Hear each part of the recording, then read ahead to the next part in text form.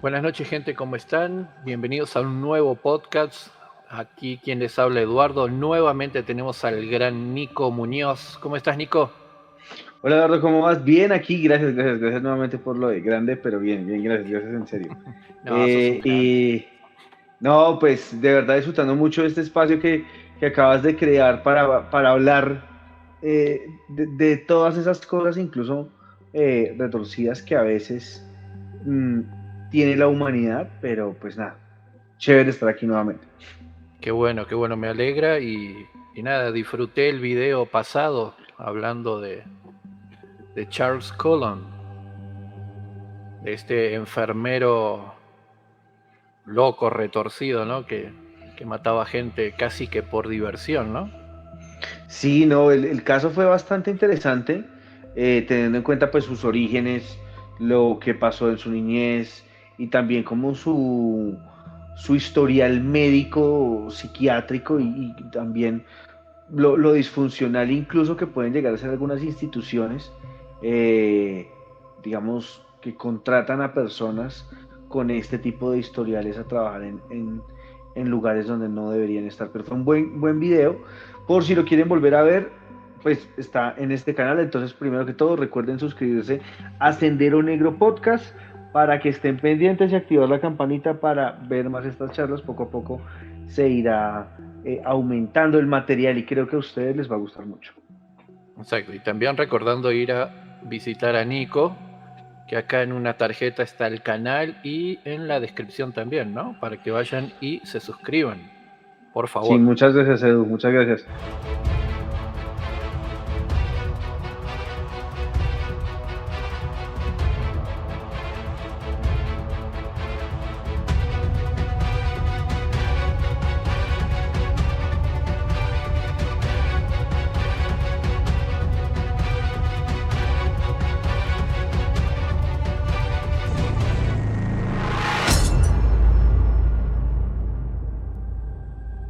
Vamos a entrar en materia y En recuerden, materia. vamos a estar en contexto con México de los años 40. Esto pasó en la década de Ujú. 1940, entre 40. 1940 y 1950, en México, uno de los países, digamos, pues más cercanos a Estados Unidos de alguna forma. Y uno podría pensar que tal vez haya algo de pronto que por frontera incluso, como que haya hecho que este tipo de situaciones de alguna forma se fueran difundiendo. Es un Ujú. caso bien aterrador y sí, hay que tener estómago. Hay Hay que que tener tener mucho estómago y estómago para este es tan caso. aterrador para un país tan bonito, tan hermoso como es México. Los hermanos mexicanos son una belleza de personas y que les haya ocurrido y se hable de este caso mancha un poquito de la historia. Pero bueno, ya pasó hace Sí, mucho tiempo. y México tiene muy buenas cosas, ¿no? O sea, Demasiadas, demasiadas. es un muy multicultural. No, yo no conozco México, me gustaría conocer realmente Uy, a mí México, también, pero sí. también tiene muchísimas historias, una cultura bien interesante a través de todo lo que es ¿cómo se llama eso? La comunicación oral e histórica de su historia, de su cultura, de sus costumbres, y obviamente eso tiene unos impactos no solo en las creencias, sino en muchas otras partes de la sociedad mexicana. Pero bueno, les vamos a Listo. contar sobre la trituradora de angelitos.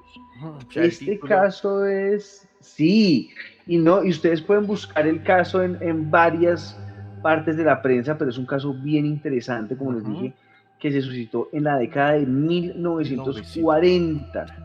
Sí, pues no sé, miren que todo arranca el día 8 de abril exactamente de Ujú. 1941.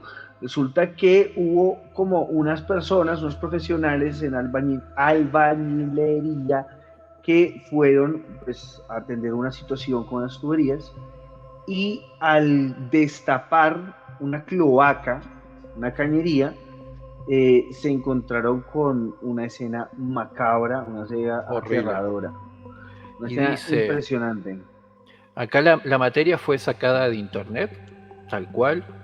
Es una materia investigativa lo más acertada posible. Como dijo Nico, van y lo buscan en internet y encuentran por ahí el mismo guión o pueden encontrar otros puntos de vista. Dice lo siguiente: una cañería tapada con fetos y con cráneo de un niño fue apenas la punta del iceberg espeluznante. ¿Sí? Esto, dice, como protagonista tiene a la mexicana Felicitas Sánchez Aguillón. El caso remonta a la década de 1940 en la Ciudad de México. La prensa de la época tituló a esta mujer con el nombre que acaba de decir Nico, que es tremendo.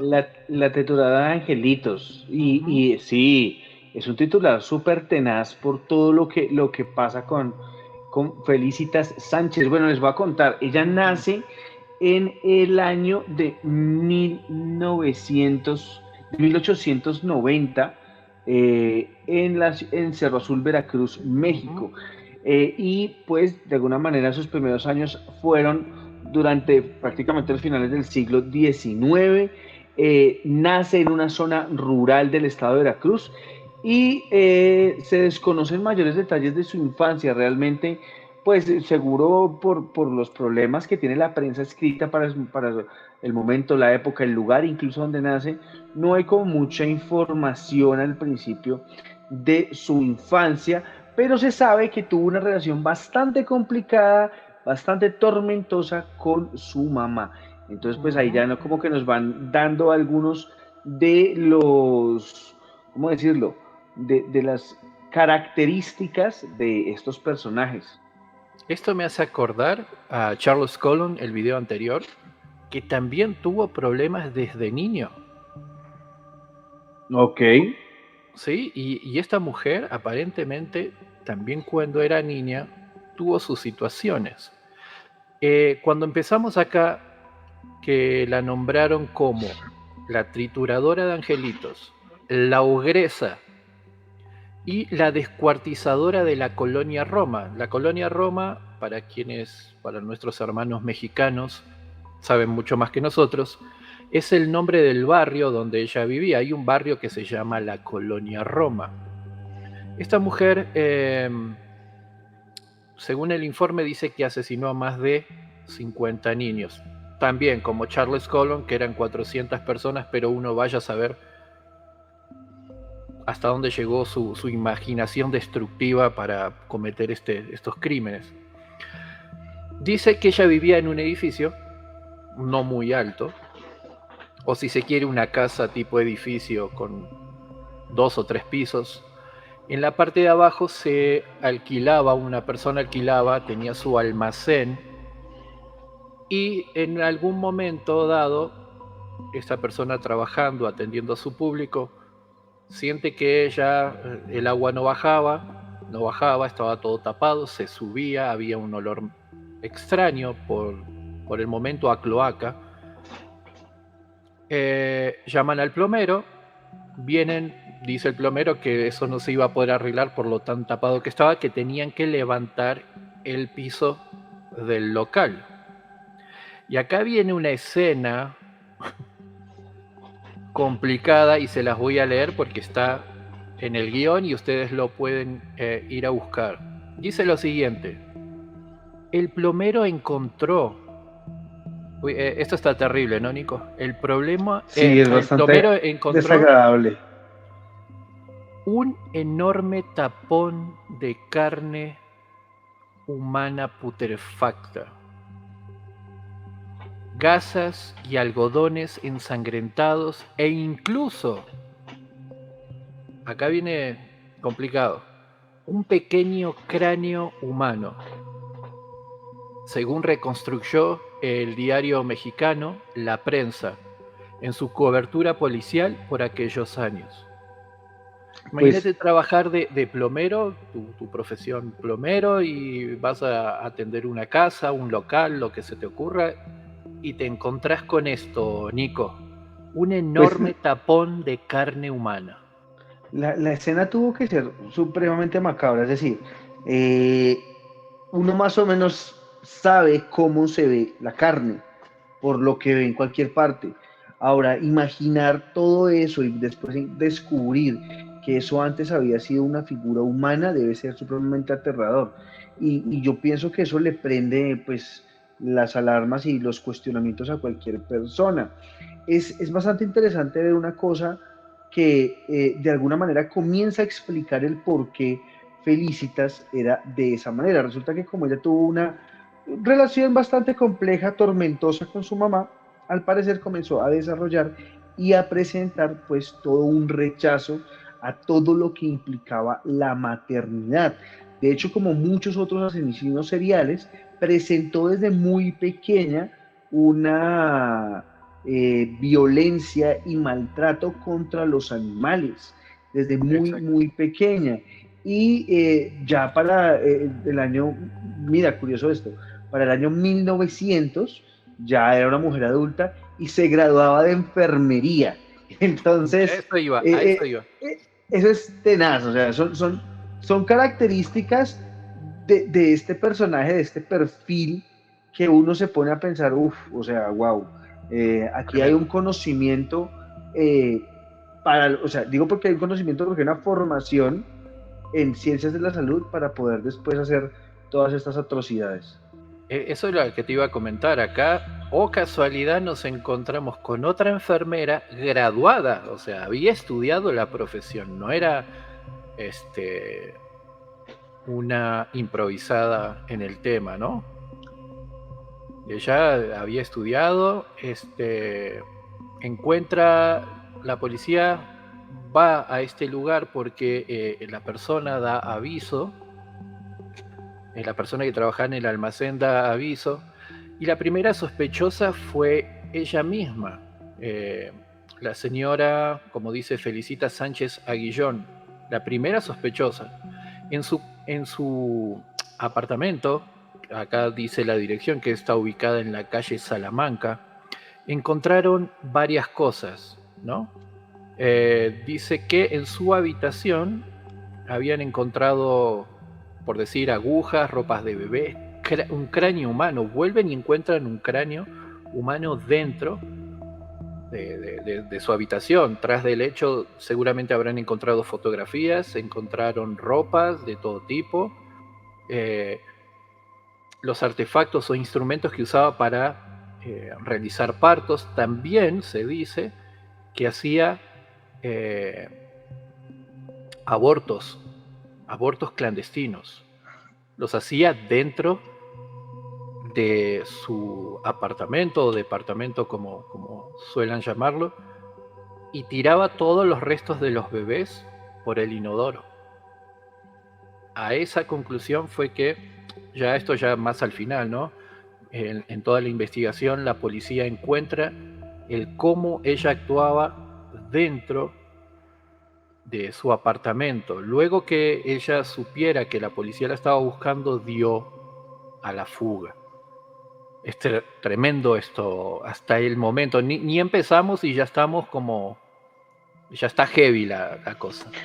Pues es que el caso es bastante interesante y bien aterrador, porque, por ejemplo, Felicitas tuvo dos hijas, un par de gemelas, con su esposo, y tomó la decisión de una forma básicamente cruda y no sé, muy fría, de venderlas, porque su situación económica no era la mejor. Su esposo inicialmente aceptó y después, bueno, su expareja inicialmente aceptó y después se arrepintió. Y pues con esto uno puede pues, darse cuenta del desprecio que tenía esta persona por cualquier tipo de situación que le recordara la maternidad. Entonces, pues digamos que de alguna forma todo se va concatenando entre el crimen, digamos, en todo lo que se empieza a descubrir que hacía Felicitas. De hecho, como lo decía Eduardo, en la colonia Roma Ciudad de México, ella incluso comenzó a atender, o sea, con su conocimiento de la enfermería, una de las cosas que es bizarra en este caso es que atendía como partera. Entonces, aumenta un poco más la sensación extraña de esta mujer. O sea, de alguna forma uno podría pensar que parte de ser partera era lograr llevar a cabo su cometido, que era acabar con las vidas de niños, tal vez por un tema de fetiches y demás que se pudieron haber dado. El caso es bastante interesante y bastante crudo, pues porque muestra unas facetas de Felicitas. De hecho, se dice que tuvo varias, pues tuvo algunas parejas, pero todos eran hombres que presentaban más o menos las mismas características humanas. Eran hombres sumisos, mucho más pequeños que ella. Ella era una mujer bastante robusta, grande, entonces pues también la hacía una mujer poderosa al momento de ejecutar todo lo que hacía. Entonces pues tenaz. Y buscaba como dominar, ¿no? Porque al ser una mujer acuerpada, buscaba, hasta en eso pensaba, ¿no? Buscar parejas, hombres, de baja estatura, menor que ella, obviamente. Ahí demostraba también que ella dominaba la situación. Y otra cosa que me deja medio tocado también es que ella era como una suerte también de reclutadora de niños, donde reclutaba a estos niños de familias que no podían mantener, o sea, tenían una situación económica bastante delicada, no podían mantener a sus hijos. Ella decía que los tendría y los reubicaría a familias, los daría en adopción a familias pudientes, familias que se pudieran hacer cargo de los niños, pero ella también practicaba esto con estos niños que familias que no podían cuidarlos confiaban en su palabra, porque seguramente ella era muy dócil, era una persona que de, de, de fácil convencimiento, ¿no? Que podía convencer a las personas, creo que con nada. Se los llevaba a los niños y los torturaba también, y a los que quedaban vivos los mantenía el tiempo que los pudiera mantener hasta pasarlos a otra familia, alimentándolos con carne podrida. Los alimentaba con carne podrida, ya carne putrefacta, ya carne en pésimo estado. Y creo yo, no sé si sea verdad, pero acá pensando, hablando entre nos, creo que los alimentaba. Uy, esto es Sí, no, es que es con un la caso bien carne de bebé. aterrador.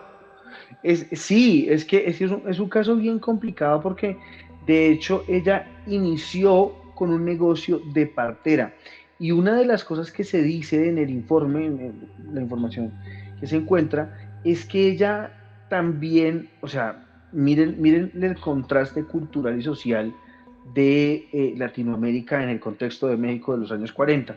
Pudo pasar en cualquier país, pero pasaba lo siguiente. Culturalmente las mujeres no podían tener hijos por fuera del matrimonio, era una cultura muy diferente, y había personas de diferentes clases sociales que se acercaban a la mujer para que básicamente les practicara abortos.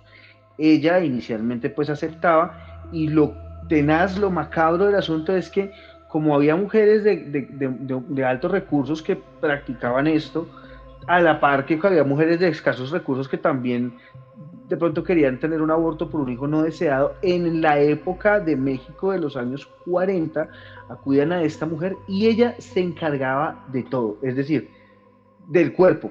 Ella lo desechaba. Muchas personas pensaban en principio que era esto, darlos a una casa, etcétera, de cosas, pero después también se empezaron a dar cuenta que era un manejo clandestino y aparte tenía un cómplice que era un plomero que le ayudaba básicamente a desechar como los restos de lo que no podía. Pero miren que la señora evolucionó porque después incluso empezó a ser una traficante de niños, una traficante de niños para muchos fines, vivos y muertos. O sea, era un tema impresionante lo que se había creado en torno a la figura de Felicitas Sánchez.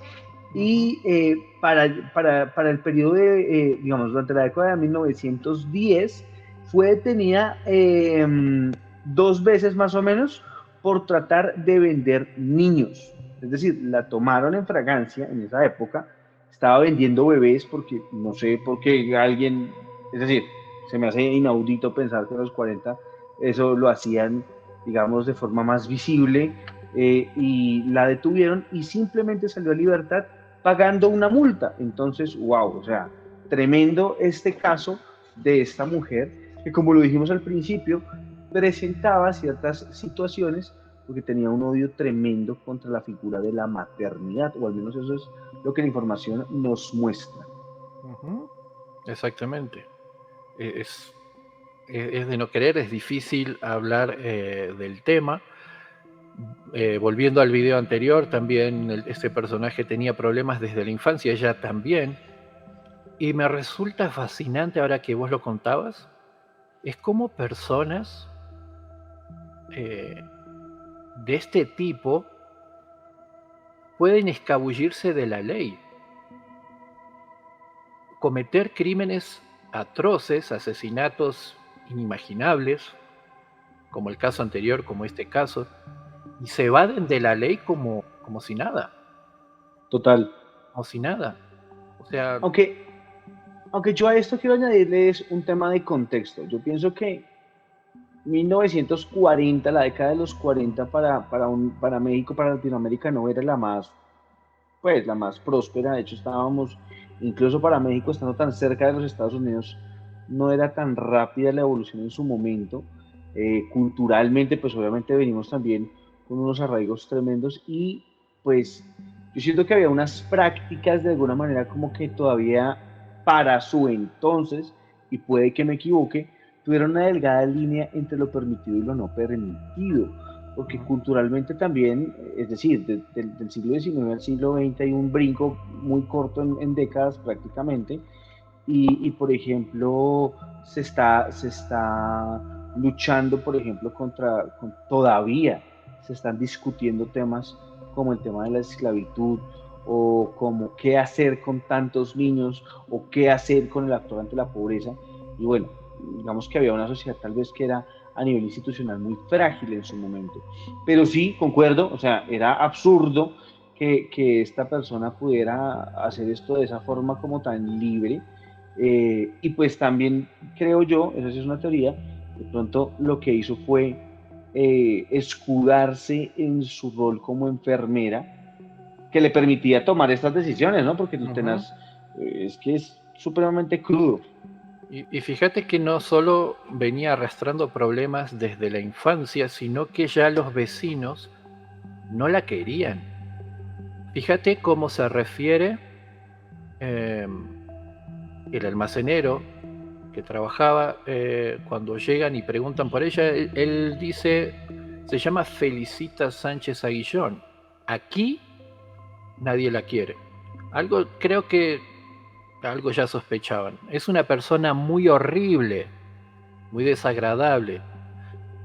O sea, para el trato decían que ella era completamente desagradable. Otro vecino del edificio que también se manifiesta eh, sobre ella físicamente, no habíamos hablado que ella era grandota, corpulenta. Dice que parecía una bruja con ojos saltones, gorda, fea y repugnante. Dice que tenía los ojos casi por fuera de sus órbitas y con la mirada infunde terror. Entonces eh, ya no era bien aceptada por, los, por los vecinos. Yo creo que los vecinos no la querían por su manera de ser. No creo que hasta este momento las opiniones de los vecinos, ellos no sabían qué era lo que estaba pasando en su tercer piso, en la casa donde ella residía, donde ella vivía. El único que sabía, después de conclusiones y demás, podría ser el almacenero, la persona que trabajaba ahí en el local, Pues el único. mira que es muy curioso ver cómo el local, nuevamente, para la década de los 40, Ajá. inicia como una clínica, como una miscelánea, como un centro de salud, una vaina toda sui generis, como que no tiene forma y demás. y terminan trabajando muchas personas con ella que de alguna forma uno podría pensar hoy en día fueron cómplices porque fueron testigos de todo lo que ella después hacía con esos bebés que intentaba vender, que como que, es decir, ella era la encargada de deshacerse de las vidas que las demás personas no querían, indistintamente como fuera, vendiéndolas y demás. Pero esos niños que maltrataba y mientras los niños estaban a su cargo, por decirlo de alguna forma, porque eso no es ningún tipo de cuidado, los torturaba de formas horribles y llegaba a acabar con la vida de estos niños que dicen, pues eran entre niños, no eran mayores de 10 años, no eran mayores de 5 años, muchos eran menores de 1 año incluso, con diferentes formas, como por ejemplo la asfixia, el envenenamiento, arma blanca e incluso la inmolación.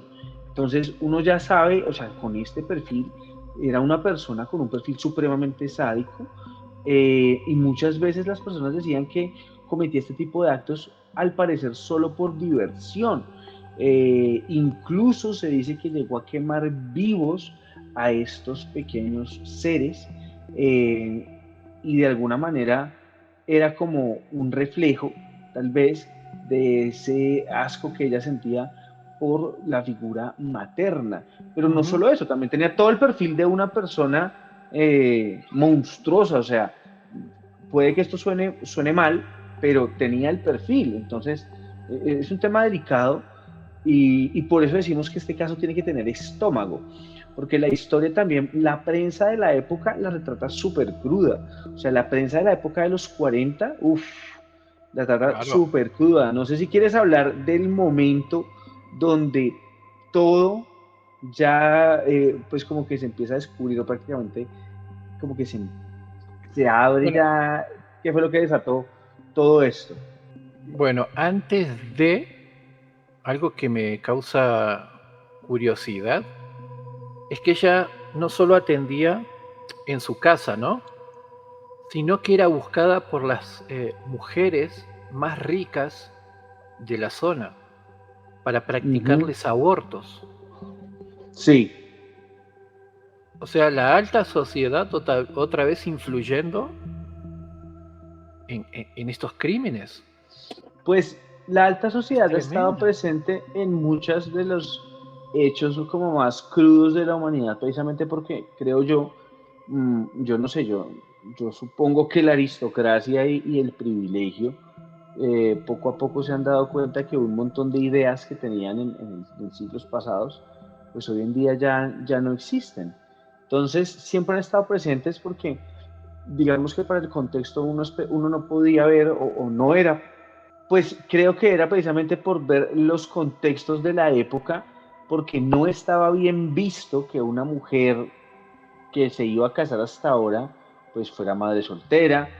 Había muchas mujeres que quedar embarazada en la alta sociedad e incluso en las sociedades más vulnerables era una atrocidad porque había temas como matrimonios arreglados, etcétera, de cosas o acordados y básicamente la aparición de un hijo por una equivocación o por un momento o un hijo no deseado, como se llamaría, no sé, estoy seguro cómo se le debe nombrar ahora, pues no representa nada sólido para una mujer de esta sociedad, pero eso después tuvo un giro interesante, eso tuvo un giro muy interesante, el efecto de la sociedad eh, más privilegiada de la época de México de los 40 sobre el caso de Felicitas Sánchez. Continúa, continúa.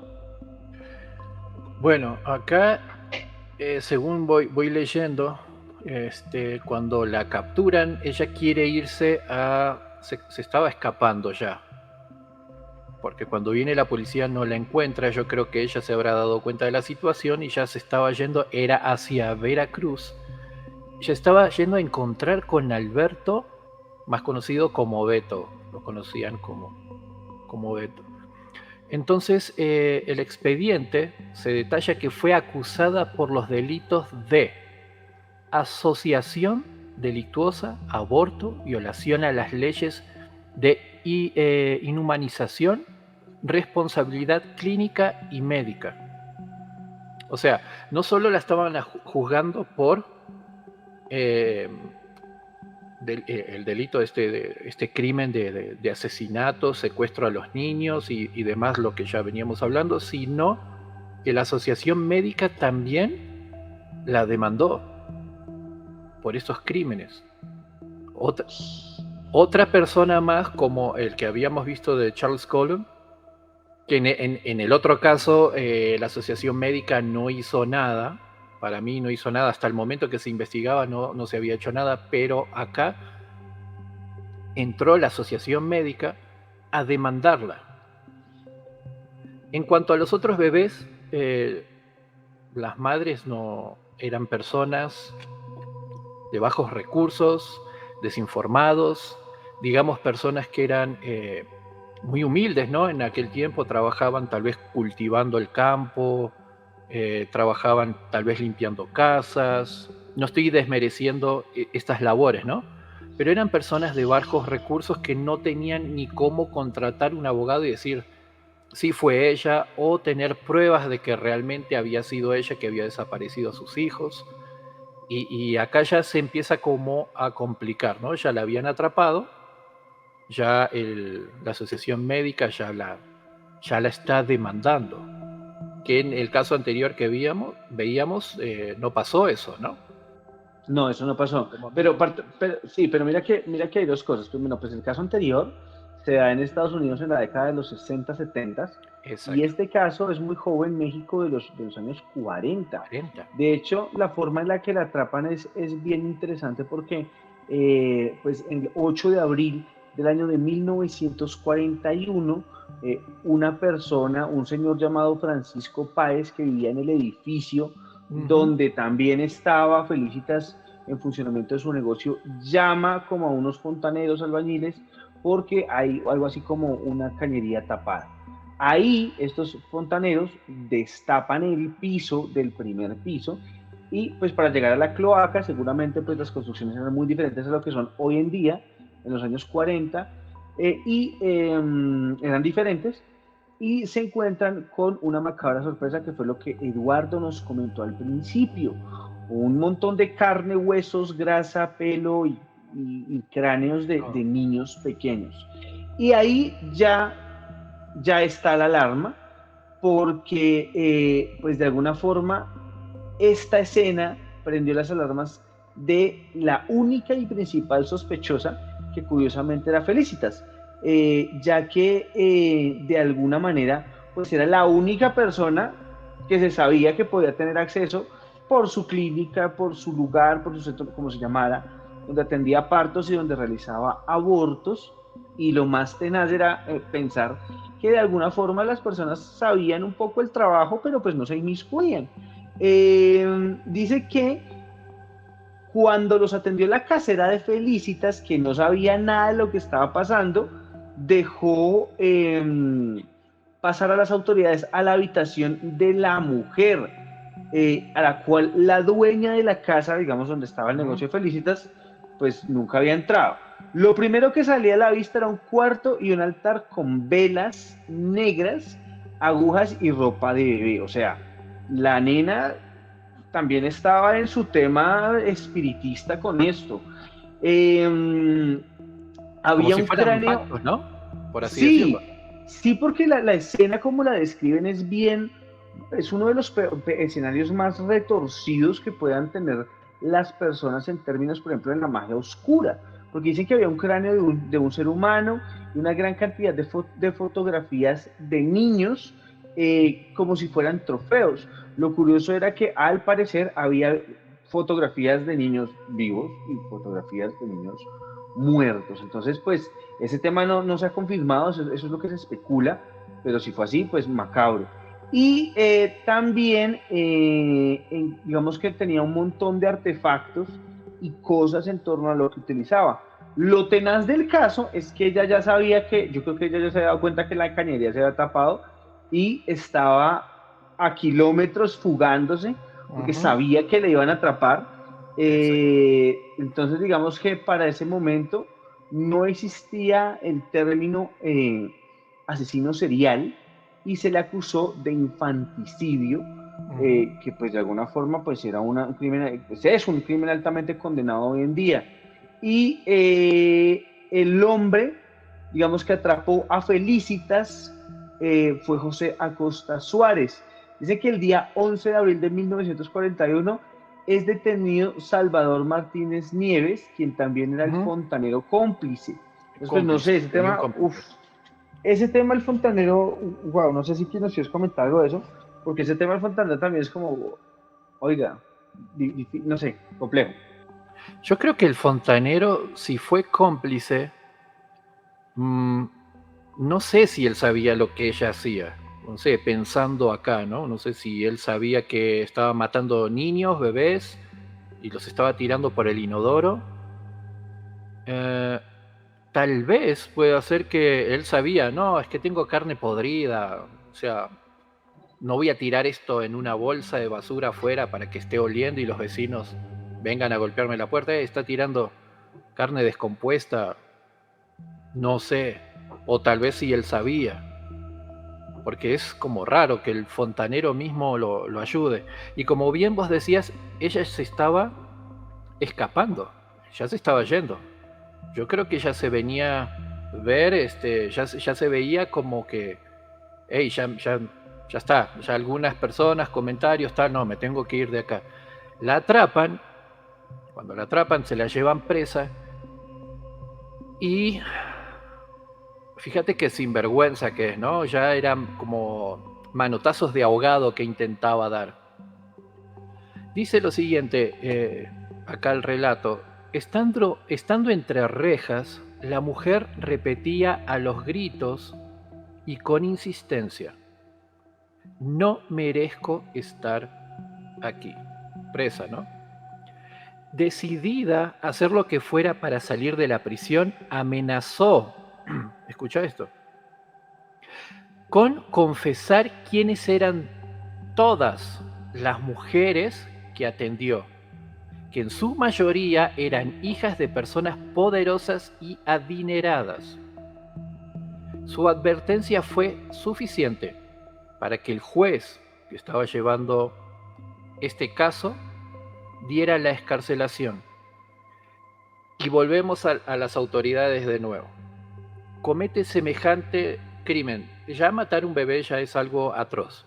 Ahora, despedazarlos, tirarlos por la cañería, que eso se junte y salgan pedazos de tapones de carne humana, hasta cráneos, le dé una fianza de 600 pesos mexicanos de la época, que seguramente no era mucho, como fianza.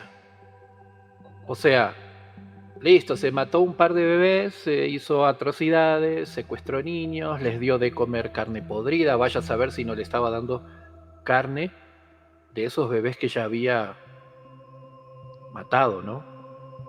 Y viene un juez y, bueno, o la pongo presa acá un tiempo o me paga 600 pesos y sale. Esto me parece que es absurdo también. También recordando, recalcando que ya lo habías comentado, Nico, tenemos que tener en cuenta que esto ocurre en la década de 1940, donde creo que toda la humanidad estaba como empezándose a formar, no habían tantas leyes, si las había no eran las mejores, se desconocían muchas cosas, los crímenes de esta índole no se veían seguido, y No, cuando se total, de, veía, no creo que no se sabía qué hacer, porque acá creo que tenemos una prueba de eso. total, y no, pues de hecho se venía de un contexto, hasta ahora se estaba presentando la Primera Guerra Mundial, en la década de Exacto. los 40 es que estalla la Segunda Guerra Mundial, y Ujú. pues todos los efectos que tienen que ver con derechos humanos, toda la evolución del derecho, incluso a lo que conocemos hoy en día, o gran parte de la evolución del derecho y del Estado como lo conocemos, de la organización social, política y de nación de los países, pues se viene a forjar casi que después de la posguerra de la Segunda Guerra Mundial. Entonces, pues es muy interesante cómo hay algunas cosas, pero, pero también la ley era en medio de todo bastante permisiva, era muy católica, pero muy permisiva en términos de lo que pasaba y también cómo se manejaban las cosas. El hecho de que el juez Es decir, la fiscalía del caso tenía todo para encarcelarla y el juez fue el que se negó. Se cree que hubo soborno, se cree que hubo incluso amenazas, porque como lo dijiste, Eduardo, ella tenía información de muchas personas, es decir, ella no era solo la partera de mujeres con escasos recursos y demás, no era solo una traficante de niños porque sí, sino que participaba con personas de alto poder. De hecho, se mencionan, pues no se menciona, pero se dice que para la época tenían mucho poder político, mucho poder económico, figuras de, digamos, de artísticas y demás, como de cierta nivel social.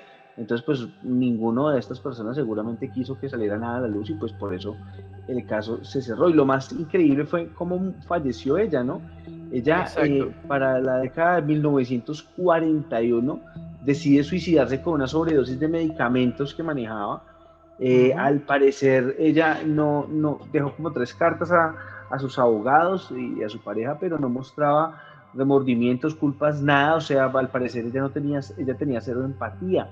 Y de hecho, como tenía cero empatía, durante el periodo de tiempo que estuvo en prisión, que fueron 3 meses, cuando Ujú. la sacaron, cuando el juez dijo que no, pues estuvo aislada porque era un peligro para sus compañeras. O sea, era una mujer supremamente agresiva que presentaba unos rasgos bien extraños. Por una parte era muy, muy agresiva, pero cuando estaba encerrado en la celda actuaba como una niña pequeña. Decían que lloraba y que hablaba y que balbuceaba como una niña pequeña, que solo contestaba con sí, no, haciendo ciertos pucheros, pero después se transformaba en una mujer supremamente violenta y peligrosa.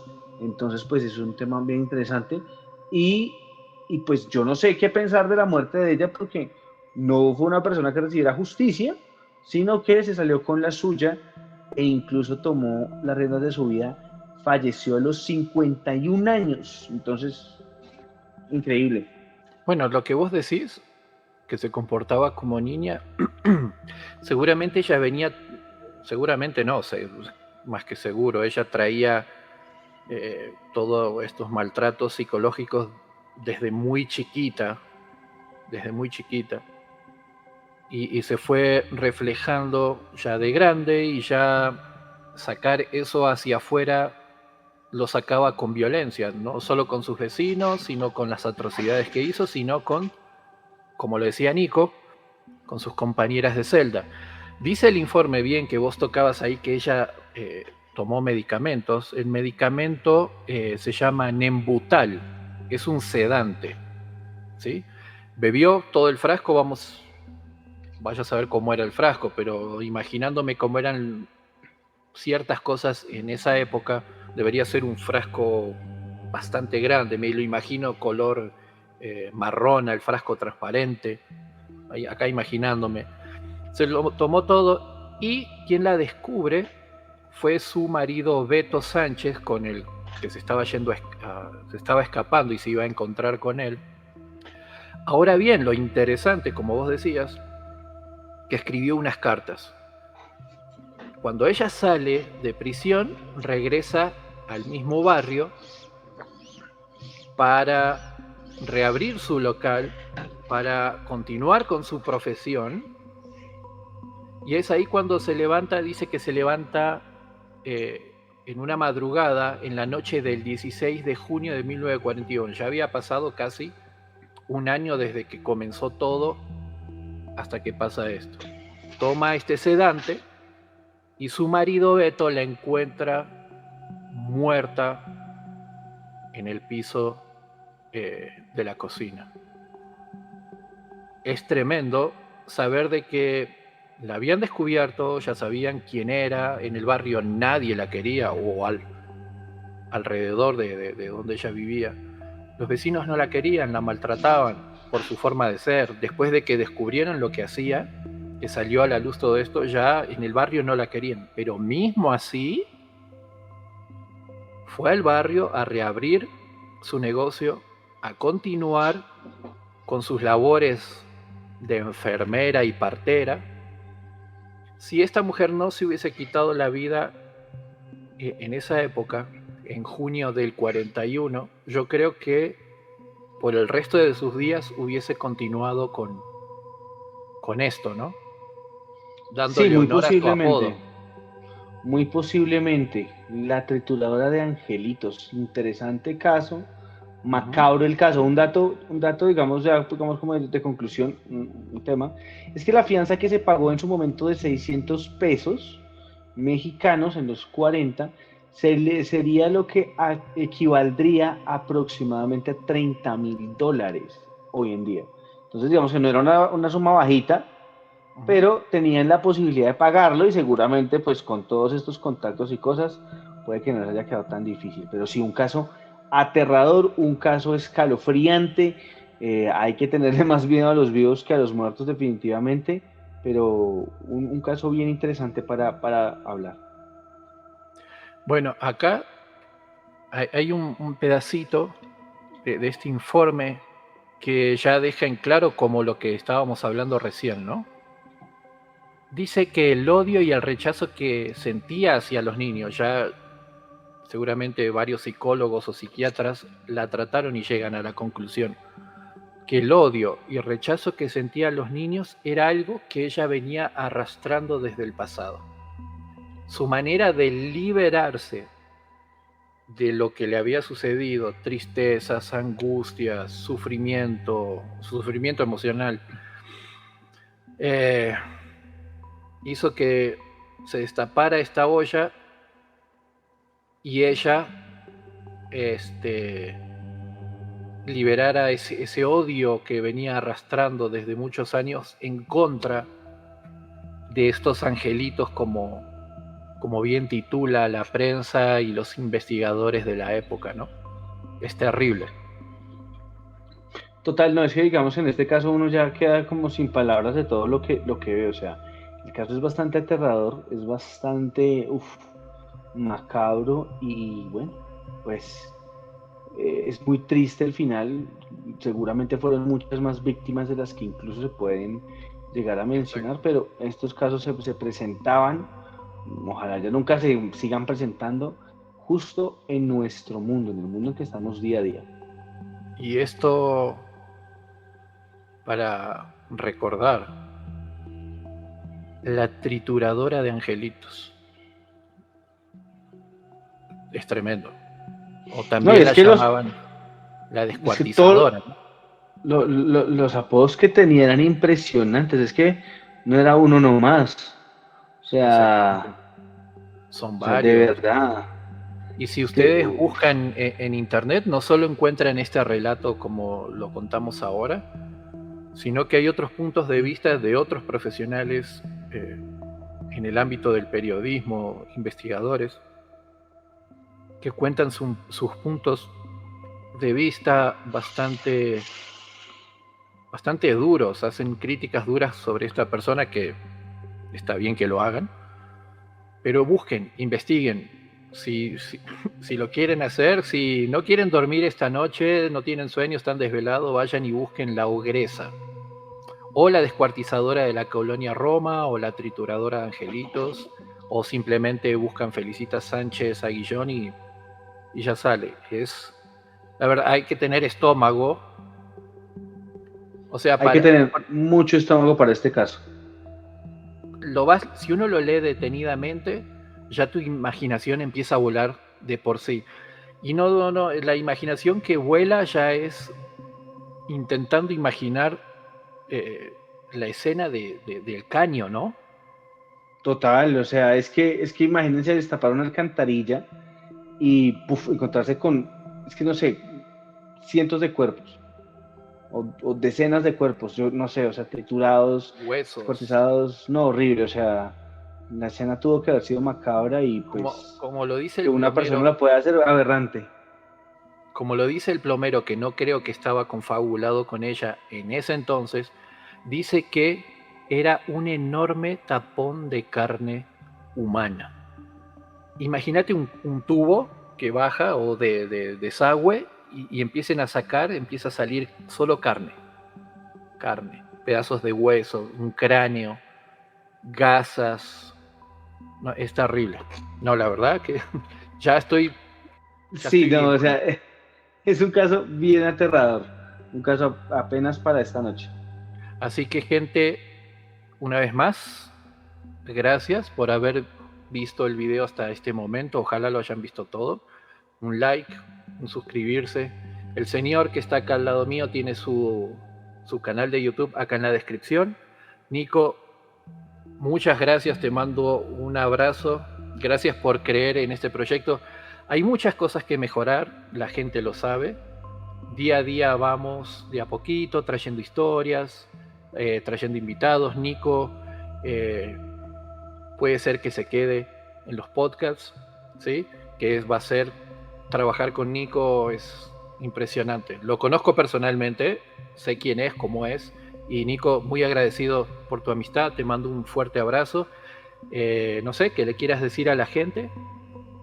No, pues nada, primero gracias a ti, Eduardo, un fuerte abrazo también, gracias por absolutamente todo. Así es, mientras esté invitado aquí, pues participaré también, obviamente.